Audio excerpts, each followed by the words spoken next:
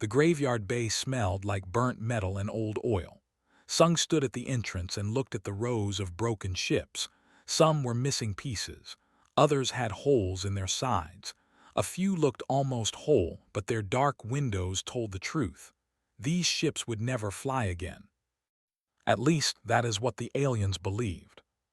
Sung was 43 years old. He had worked on ships since he was 16. Back on Earth, he fixed cargo vessels that crossed the Pacific Ocean. Then humanity discovered they were not alone in the universe. Everything changed after that. Now Sung fixed starships instead of cargo ships. The work was different, but broken machines were broken machines. They all wanted to be fixed. "This place is huge," said Park.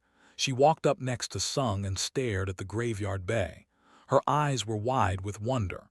At 28, she was the youngest member of their small team. She had never worked on an alien station before. "It is a garbage dump," said Ho. He joined them at the entrance, carrying a heavy tool bag. Ho was 34 and rarely smiled. "They gave us the worst job on the station.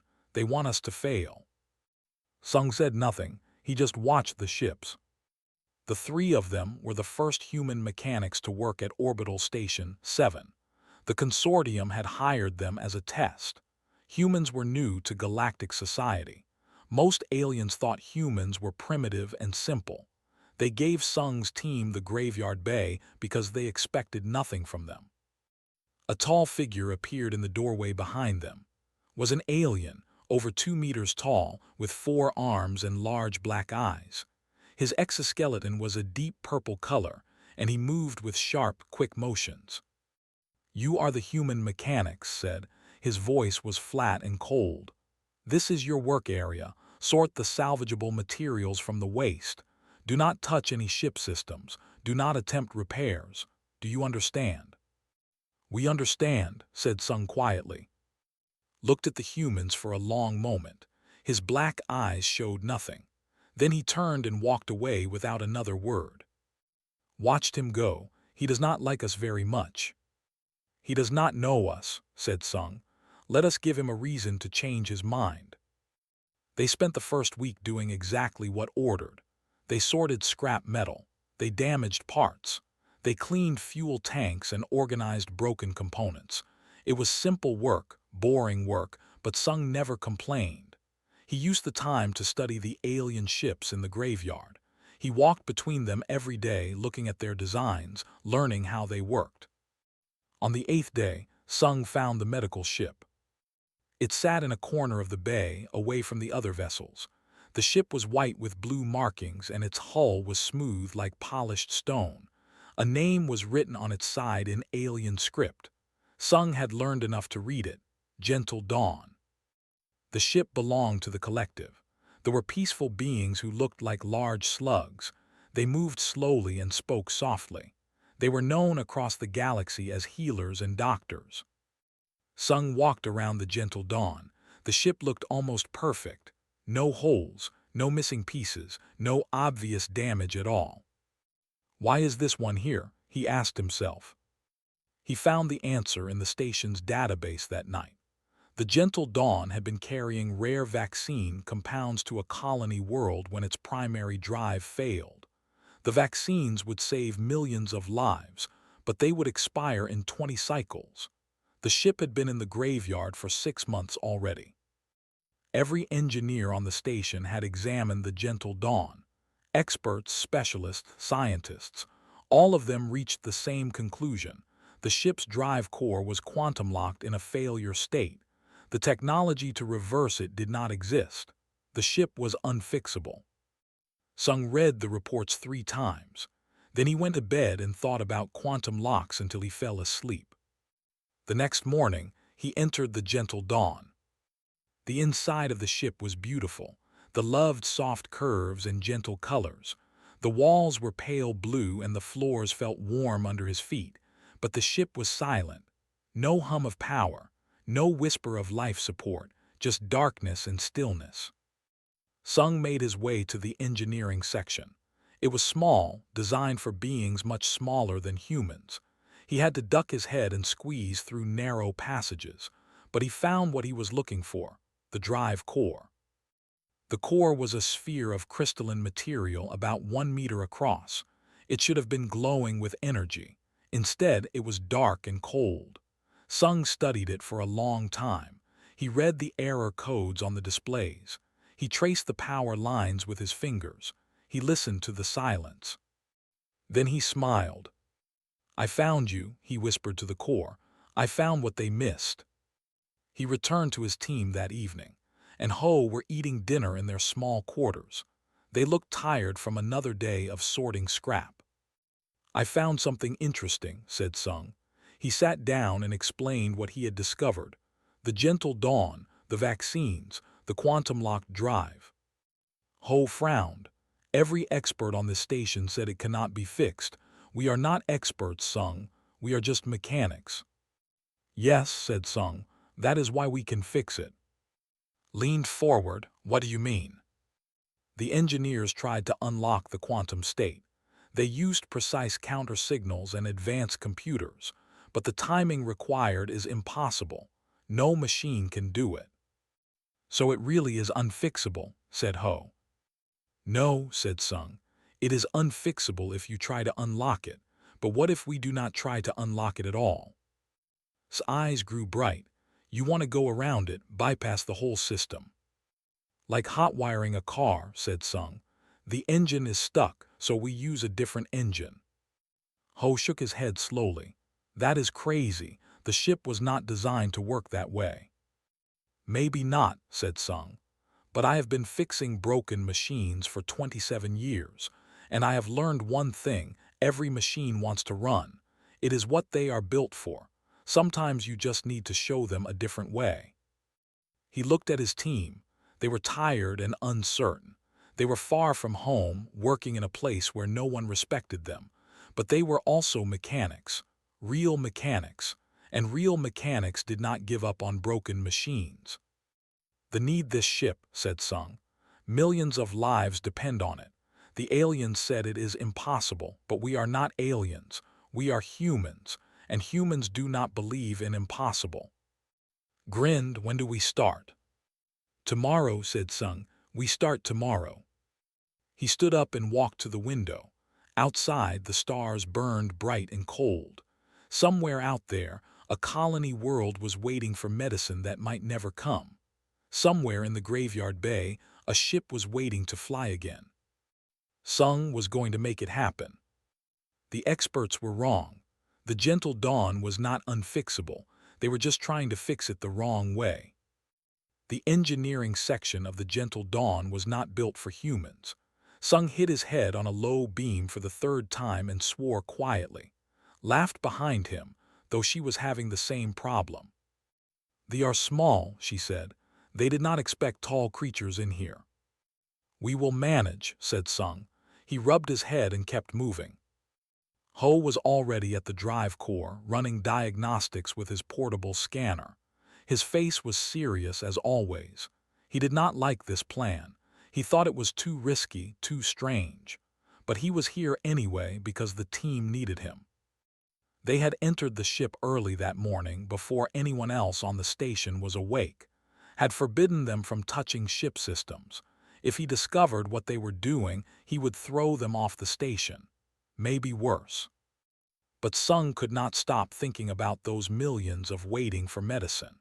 He could not sleep knowing that a working ship sat in the graveyard, abandoned because everyone believed it was broken. "The quantum lock is exactly as the reports described," said Ho. He stared at his scanner with a frown. "The drive core is stuck in a feedback loop. It is trying to correct an error that happened a fraction of a second before the failure. Over and over, thousands of times per second." "Can we stop the loop?" asked. "No, that is what the engineers tried.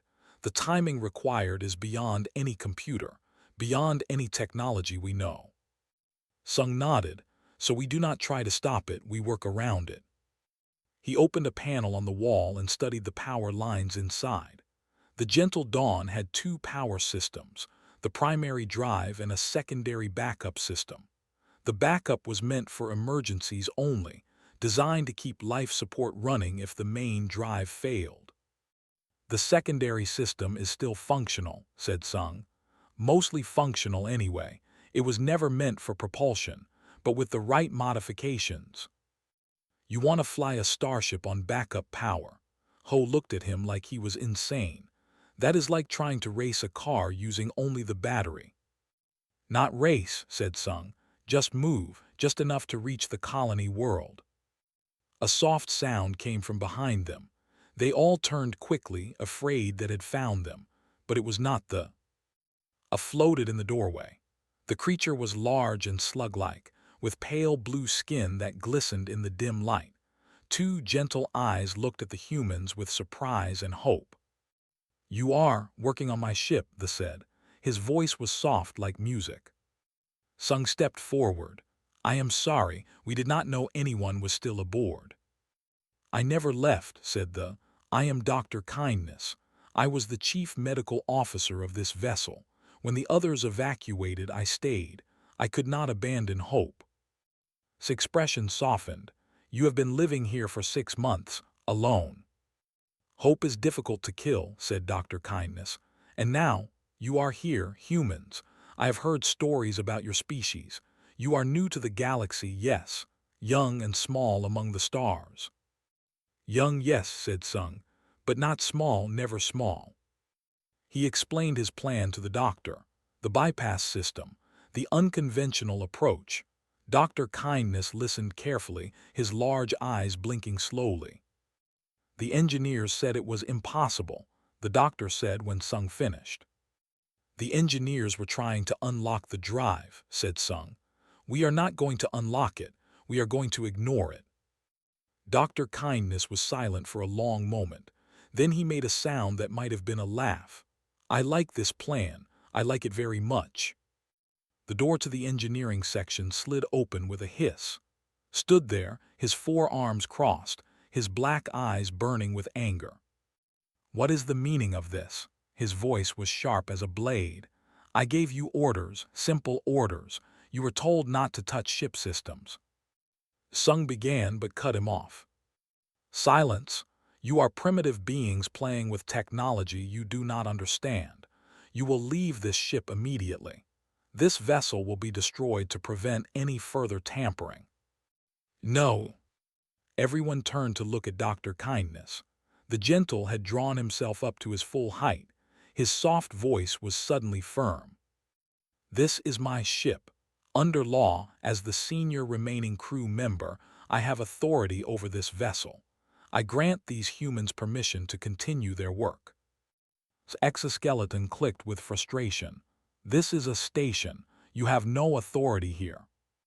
The ship is property. It sits in your station, but it belongs to my people, and my people have laws about who may decide the fate of our vessels." Dr. Kindness floated closer to. "Millions of my kind are dying. Millions more will die if the vaccines do not arrive. You declared this ship unfixable. You gave up. These humans have not given up. I will not stop them." Stared at the doctor for a long moment. The tension in the room was thick enough to cut. Finally, they stepped back. "Very well," he said coldly. "Let the primitives play with their broken toy. When they fail, I will have them removed from this station permanently." He turned and walked away. His footsteps echoed in the corridor long after he was gone. Let out a breath she had been holding. That was close. "It is not over," said Ho. "He will be watching us now, waiting for us to make a mistake." "Then we will not make mistakes," said Sung. He turned back to the power systems. "We have work to do." Over the next 3 days, a fourth member joined their team. Jinai arrived from another station, a structural specialist with a reputation for creative solutions. She was in her 30s, with short hair and practical clothes. She did not waste words. "Show me what we are working with," she said when she arrived. Sung showed her the secondary power system. Jinai studied it for an hour, crawling through tight spaces and examining every connection. When she emerged, her face was thoughtful. "The secondary system is damaged too," she said. "Not broken, but weak. It was never meant for this kind of load." "Can you fix it?" asked. Jinai smiled. It was not a gentle smile. I can do better than fix it. I can make it stronger. She began gathering parts from the graveyard bay, components from ships, power regulators from vessels, structural supports from a dozen different species. She welded them together into something new, something ugly, something that should not work. But it did work. Somehow, impossibly, it worked. "This is not engineering," said Ho, staring at Jinai's creation. "This is art made from garbage." "Thank you," said Jinai. She seemed genuinely pleased. The modified power system hummed with energy. It was crude and rough, nothing like the elegant technology around it, but it was alive. It was ready. "Time for the first test," said Sung. "Everyone ready?" Nodded, Ho checked his scanner. Jinai stepped back from her creation. Dr. Kindness watched from the corner, his eyes full of hope. Sung pressed the activation switch. Power flowed through the bypass system. The ship trembled slightly. Displays flickered to life. For one beautiful moment, everything seemed to work.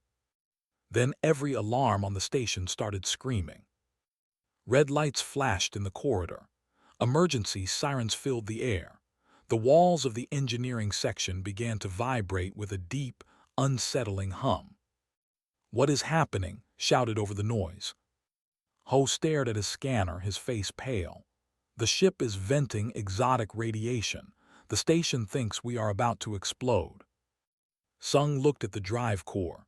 It was still dark, still locked, but something else was happening, something the sensors did not understand. The station shook. Outside, they could hear security teams running toward the graveyard bay. Would be with them. He would shut everything down. He would destroy the ship. And millions of would die. "We have to fix this," said Sung quietly, "right now." He did not know how, but he would find a way. He had to. The alarms were deafening. Red emergency lights painted everything in shades of blood. Sung stood at the center of the engineering section, surrounded by chaos, and forced himself to think. "The radiation levels are rising," Ho shouted over the sirens. "The station's automatic defenses will activate in 3 minutes. They will flood this bay with containment foam." "That will destroy everything," said Jinai. "The ship, the vaccines, all of it." Was staring at her portable scanner, her fingers moving quickly across the screen. She was not panicking. Sung noticed this. Even in the middle of disaster, she was still working, still thinking. He said, "What do you see?" "The radiation is not dangerous," she said. Her voice was calm, almost excited. "Look at the pattern. It is not random. It is not an explosion. The ship is doing something." "Doing what?" "I do not know, but the station sensors cannot understand it. That is why they think we are exploding. The technology sees something it does not recognize, and it assumes the worst." Heavy footsteps echoed in the corridor outside. Appeared at the doorway, surrounded by 6 security guards in heavy armor. His black eyes took in the scene with cold fury. "Shut it down," he commanded. "Shut it down immediately and abandon this ship." "No," said Sung. "This is not a request, human. Your experiment has failed.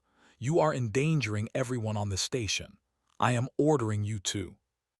"The ship is not exploding," Sung interrupted. He stepped toward, meeting those cold black eyes without fear. "Your sensors are wrong. The ship is not dying. It is waking up." Exoskeleton clicked with irritation. "You know nothing about alien technology. You are primitive beings who should never have been allowed near these systems." "Maybe," said Sung, "but we are still right." Moved to stand beside him. "The radiation pattern is not decay. It is. Our bypass system is crude and the ship's automated processes are trying to adapt to it. The ship is not fighting us. It is learning from us." "Impossible," said. "Not impossible," said Dr. Kindness. The physician floated forward, placing himself between the humans and the guards. "Different. Our ships are not like vessels. They are grown as much as built. They adapt. They change. That is why the gentle dawn has not died after 6 months of darkness. It has been waiting." The alarms continued to scream. 2 minutes until containment protocols activated. 2 minutes until everything was destroyed. Sung made a decision. Ho, he said, give me access to the ship's core safety protocols. Ho's face went pale. What, Sung, you cannot be serious. If you disable the safety systems. I am not going to disable them. I am going to tell the ship to stop fighting us. It is trying to fix our modifications. It sees them as damage. I need to tell it that they are not damage. They are help. That is insane, said. No engineer in the galaxy would turn off safety protocols. It is suicide. Good thing I am not an engineer, said Sung. I am a mechanic, and mechanics talk to their machines. Ho hesitated for only a moment. Then he handed over his scanner. The access codes are loaded, but if you are wrong about this, then we die, said Sung. But if I am right, we save millions of lives. That seems like a good trade. He walked to the main control panel. The displays showed warnings in a dozen alien languages, all saying the same thing: danger, danger, danger. Sung ignored them. He typed in the override codes. He felt the ship shudder as its safety systems began to shut down. What are you doing? Demanded. His guards moved forward, weapons raised. Dr. Kindness spoke quickly. Stop, please. I understand what he is doing. Explain it to me, then. The doctor moved closer to, his soft voice somehow cutting through the alarms. Humans do not demand perfection from their machines. They do not see technology as a tool to be commanded. They see it as a partner to be understood. Sung is not turning off the safety systems. He is asking the ship to trust him. That is ridiculous. Ships do not trust. They are machines. To you, perhaps, but not to humans, and not to... Dr. Kindness looked at Sung with something like wonder. We grow our ships. We teach them. We love them. I have always believed they understand in their own way. Perhaps the humans believe the same thing about their machines. The radiation levels continued to rise. 1 minute until containment. The security guards looked nervous, even seemed uncertain. Sung pressed the final override command. The safety protocols went fully offline. The gentle dawn was now unprotected, vulnerable, open. If anything went wrong, there would be nothing to stop it. For a moment, nothing happened. Then the radiation stopped. The alarms went quiet. The red emergency lights faded. The ship settled into stillness, but it was a different kind of stillness. Before, the gentle dawn had felt dead. Now it felt like it was holding its breath. Waiting. Run the diagnostics, Sung said quietly. Rushed to her scanner. Her fingers moved, her eyes widened. The feedback loop is still active. The quantum lock is still in place, but the secondary systems, they are stable. The ship has accepted our modifications. It is not fighting them anymore. The radiation, asked Ho. Gone, or rather absorbed. The ship took it back inside itself, shook her head in amazement. I do not fully understand what happened, but the gentle dawn is not trying to fix itself anymore. It has accepted a new way of working. Stepped forward. His guards had lowered their weapons.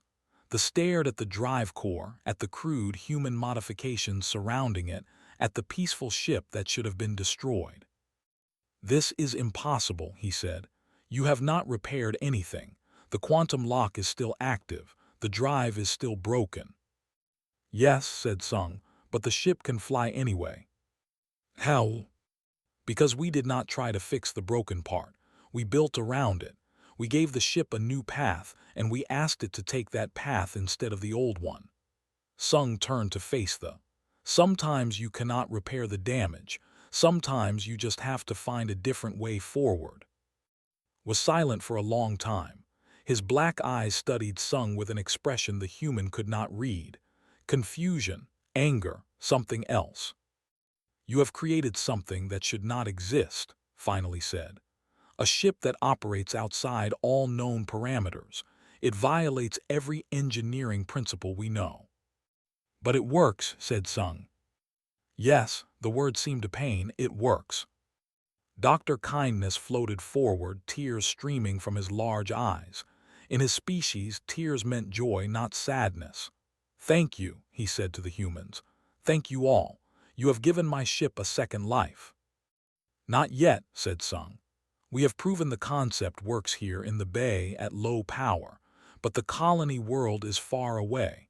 We need to test the ship in actual flight. We need to see if it can maintain this state over long distances. Jinai nodded. The bypass system is stable, but I do not know what will happen when we push it harder. This was never meant for deep space travel. Then we test it, said Sung. We take the gentle Dawn out of the station and we see what she can do. Made a sound that might have been a sigh. I cannot stop you. Dr. Kindness has authority over his vessel and you have somehow made it functional, but I want it noted that I do not approve of this. I do not understand this, and I do not trust it. Noted, said Sung. He turned back to his team. They were tired, covered in grease and sweat, but they were smiling. They had done the impossible. They had fixed the unfixable. Now they just had to prove it could fly. The stars were waiting. The gentle dawn floated in open space, a white speck against the endless black. Behind it, Orbital Station 7 hung like a glittering jewel. Ahead, there was only the void and the distant stars. Inside the ship's small cockpit, Min sat at the pilot's controls. She was 38 years old, a former combat pilot who had volunteered for this mission. Her hands were steady on the flight controls and her eyes were calm. If she was afraid, she did not show it. All systems are green, she reported through the communication link. Well, greenish. Some of these displays show colors I do not recognize. That is normal for ships, said voice from the engineering section. Their species sees more colors than we do. Wonderful, I am flying a rainbow. Sung smiled despite the tension. He was in engineering with Jinai, monitoring their bypass system. Every wire, every connection, every welded joint was their responsibility. If something failed, there would be no one else to blame. We are beginning the acceleration test, said Min. Everyone hold onto something. The ship began to move. At first, it was gentle, smooth. The stars outside the windows started to drift slowly backward. The bypass system hummed with power, feeding energy to the secondary engines. Then something changed. The ship shuddered. Sung grabbed a support beam as the floor vibrated beneath his feet. Warning lights flickered on displays around him. What is happening? Asked Min. Her voice was still calm, but there was an edge to it now. The quantum lock drive, said Jinai. She was studying her scanner with intense focus. It is resonating with our bypass system. At low power, the resonance was small, but as we push the engines harder, the locked drive is becoming louder. Louder how? Imagine trying to drive a car with someone screaming in your ear, said Sung. At low speed, you can ignore it, but if you try to go fast, the screaming gets worse. Eventually, you cannot hear anything else. Min was quiet for a moment. Can we complete the voyage like this, reach the colony world? His voice came through the link. She was monitoring from the station, watching their telemetry from a distance. No, the distance is too great. At this resonance level, the bypass system will fail before you are halfway there. The screaming will drown out everything. Sung closed his eyes. They had come so far. They had done the impossible. And now, at the final step, they were going to fail. Millions would die because they could not solve this one last problem. There has to be a way, he said quietly. Think, everyone think. Silence on the communication link. The ship continued to shudder, caught between two systems fighting each other.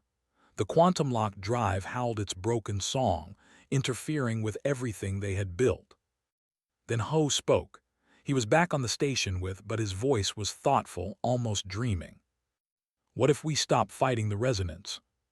What do you mean? Asked Sung. We have been trying to ignore the quantum lock, block it out, work around it, but the lock is not going away. It is part of this ship now. What if we work with it instead? Jinai frowned. Work with a failure state? That makes no sense. Listen, said Ho. His voice grew more confident as he spoke. The quantum lock is predictable. It repeats the same pattern thousands of times per second. It is broken, but it is consistently broken. What if we use that consistency? Synchronize our bypass system to the rhythm of the failure. Sung's eyes widened. You want to time our power flow to match the quantum lock, so instead of fighting the resonance, we ride it, finished Ho. Like a wave, the drive fails, we catch it. It fails again, we catch it again. Over and over, thousands of times per minute. That is insane, said Min from the cockpit. Yes, agreed Ho. But humans invented the internal combustion engine. Do you know how that works? Controlled explosions, thousands of times per minute. We have been flying on controlled failure for centuries. This is just the same thing on a bigger scale. Min laughed. It was a sharp, surprised sound. Controlled failure, I like it. How do we make it happen? Sung was already moving. He and Jinai began modifying the bypass system, adjusting the power flow to pulse instead of stream. It took an hour of careful work, rewiring connections, changing timings, testing and retesting. Ready for the second test, said Sung finally. Min, take us up to full power, slowly. Understood. The ship began to accelerate again. The shuddering returned, the resonance building. But this time, something was different. The bypass system was pulsing now, matching itself to the rhythm of the quantum lock. Fail, catch, fail, catch, fail, catch. The ship lurched and jumped, its motion no longer smooth. It felt like riding a horse at full gallop or driving over a rough road, but it was moving, and it was stable. The resonance is not growing, reported Jinai. Her voice was filled with wonder. We are in sync with the failure pattern. The screaming is still there, but we are screaming with it. Speed increasing, said Min. We are approaching the velocity needed for the colony voyage. Sung watched the displays. Power flowed, failed, caught, flowed again. The ship pulsed like a living thing, like a heartbeat. We did it, breath from the station. We actually did it. Outside the ship, an observation vessel had been watching the test. Dr. Kindness was aboard, unable to stay behind while his ship flew again. Now his voice came through the communication link, thick with emotion. You have given her a heartbeat, he said. My ship was dead and you gave her a new heart. It beats strangely, but it beats. Sung smiled. She was never dead, Doctor. She was just waiting for someone to show her a different way to live. The test continued for another 2 hours. Min pushed the ship through maneuvers, tested the limits of the pulsing drive system. It was not elegant. The gentle Dawn jumped and lurched, her movement rough and uneven, but she was fast enough. She was strong enough. She could make the voyage. Returning to station, Min announced. All systems. Well, all our systems are stable. The original systems are still broken, but who cares about those? They docked at 7 as the station's artificial sun was setting. A small crowd had gathered at the bay. Station workers, curious aliens, even a few engineers who had come to see what the humans had done. Was there too, standing apart from the others. His black eyes followed Sung as the human descended from the ship. You succeeded, said. It was not a question. The ship can make the voyage, Sung confirmed. She is not pretty, she does not fly smooth, but she flies. Was silent for a long moment. When he spoke again, his voice was different, softer perhaps, less certain. I have been an engineer for 60 years, he said. I have studied at the finest academies in the consortium. I know every principle, every law, every limit of technology. And you primitive humans from a primitive world, you have done something I cannot explain. We did not follow your laws, said Sung. That is why we succeeded. That should not work. Engineering requires precision, rules, standards. Maybe, but machines do not care about rules. They care about running. They want to work. Sometimes you just have to let them. Studied the human for a long time. Then he made a sound that might have been a sigh. I do not understand you. I do not understand any of this, but I cannot deny what I have seen. He turned to look at the gentle dawn, battered and crude and impossible. Perhaps there are some things that only humans can do. Perhaps, said Sung. Or perhaps anyone could do it if they were willing to try stupid ideas. He walked past to rejoin his team. They had won. The gentle dawn would fly. Millions of lives would be saved. But Sung knew the work was not finished. They still had to make the actual voyage. They still had to deliver the vaccines before time ran out. The hardest part was over, but the job was not done yet. The vaccines were loaded carefully into the gentle dawn's medical bay. Dr. Kindness supervised every container, checking seals and temperatures with gentle precision. 4 million lives in small glass vials. 4 million chances to live. Sung stood in the corridor and watched. In a few hours they would depart for the colony world. The journey would take 8 days at maximum speed. The vaccines would expire in 12 days. There was no room for error. "Are you ready?" asked. She appeared beside him, her tool bag over her shoulder. The whole team was coming on the voyage. They had built this ship back to life. They would not trust anyone else to keep it running. "Ready as we will ever be," said Sung. The departure was quiet. No ceremony, no speeches.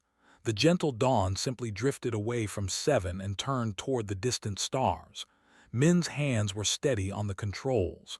The pulsing drive system engaged, and the ship began its heartbeat rhythm. Fail catch, fail catch. The first 2 days were uneventful. The team worked in shifts, monitoring the bypass system, adjusting power flows, keeping the fragile balance stable. Jinai barely slept, constantly checking her welded joints and hybrid components. Ho ran diagnostics every hour, his face serious and focused. On the 3rd day, they hit their first problem.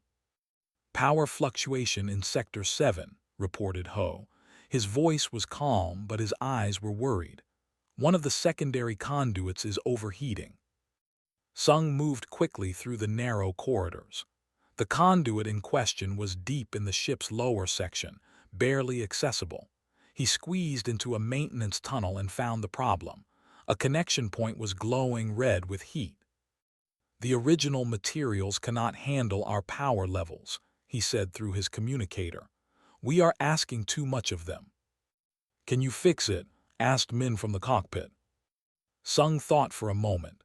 Then he pulled out a spare part from his tool bag. It was a cooling unit from a ship, salvaged from the graveyard weeks ago. It was not designed for this purpose. It did not fit properly, but with a little creative wiring. "Fixed," he reported 20 minutes later. "It is ugly, but it works." "Ugly but working," said over the link. "That should be our motto." They faced 3 more problems over the next 5 days. A power regulator failed. A structural support cracked. The quantum lock's resonance grew stronger, threatening to overwhelm their synchronization. Each time, the human team found a solution. Each time, they made something work that should not work. On the 8th day, the colony world appeared on their sensors.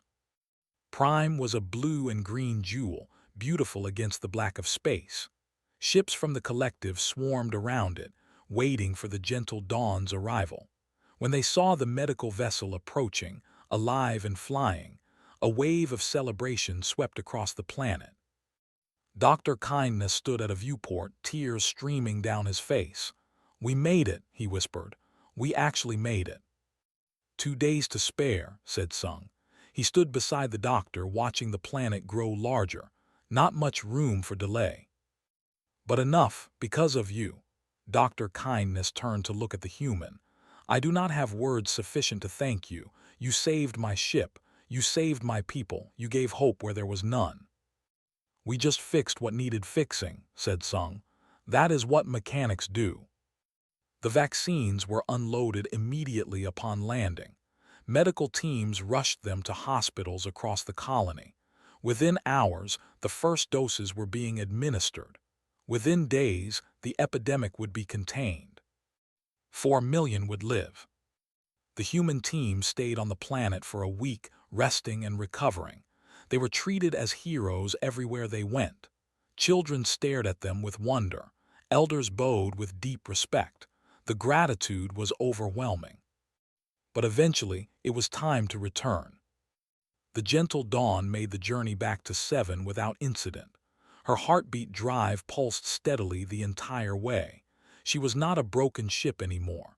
She was something new, something that had never existed before. When they docked at the station, a crowd was waiting. Not just curious onlookers this time. Engineers from a dozen species had come to see the ship that all their rules. Scientists with recording devices documented every detail. Even the High Council had sent observers. Stood at the front of the crowd. His expression was unreadable, but he stepped forward when Sung descended from the ship. "The consortium has reviewed your work," said. "We cannot classify what you have done. It is not repair. It is not modification. One of our engineers called it negotiated functionality. The humans did not fix the ship. They convinced it to work despite being broken." Sung shrugged. "That sounds about right. We do not understand it. Our engineering principles say it should be impossible. And yet," paused, struggling with his words, "and yet the ship flies. The vaccines arrived. 4 million beings live because you refuse to accept our definition of impossible." Dr. Kindness floated forward to address the crowd. "I would like to speak," he said in his soft, musical voice. "For 6 months my ship sat in the graveyard. Every expert said it could not be fixed. I believed them. I was ready to give up hope." He paused, looking at the humans with warmth in his large eyes. "Then these beings came, humans from a small world on the edge of the galaxy.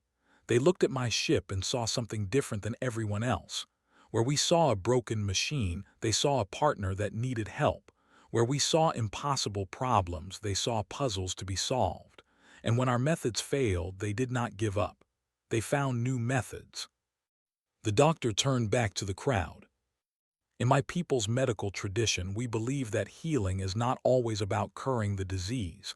Sometimes it is about treating symptoms. Sometimes it is about accepting limitation. Sometimes it is about finding a different way to live. The humans have shown us that machines can be healed the same way. Not fixed, not repaired, healed." The crowd was silent. Then slowly applause began. It spread through the crowd like a wave.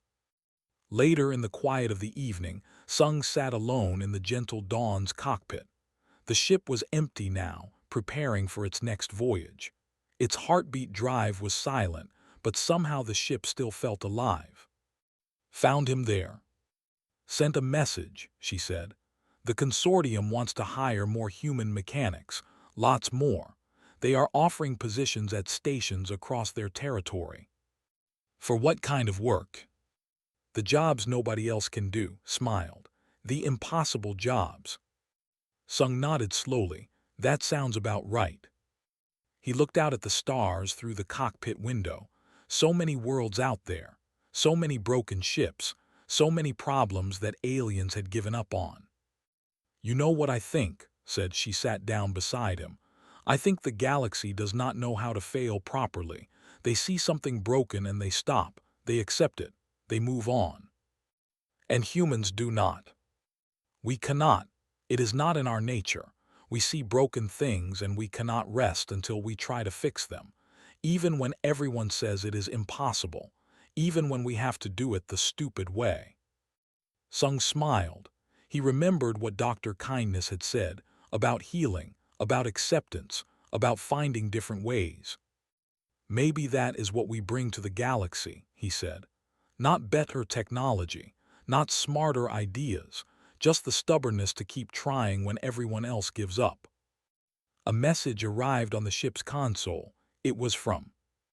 "I do not understand your methods," the message read, "but I am grateful for them. Perhaps there are more things in the graveyard that want to run." Sung read the message and laughed. It was a good sound, warm and full of hope. Out in the graveyard bay, broken ships waited in the darkness. Ships that the galaxy had given up on. Ships that everyone called unfixable. But the humans knew better. Every machine wants to run. Every ship wants to fly. Sometimes you just need to show them a different way. And humans were very, very good at finding different ways. The gentle dawn hummed softly around them, her heartbeat quiet but steady. She was proof that impossible was just a word. That broken did not mean finished. That hope was never truly dead. The humans had taught the galaxy something new.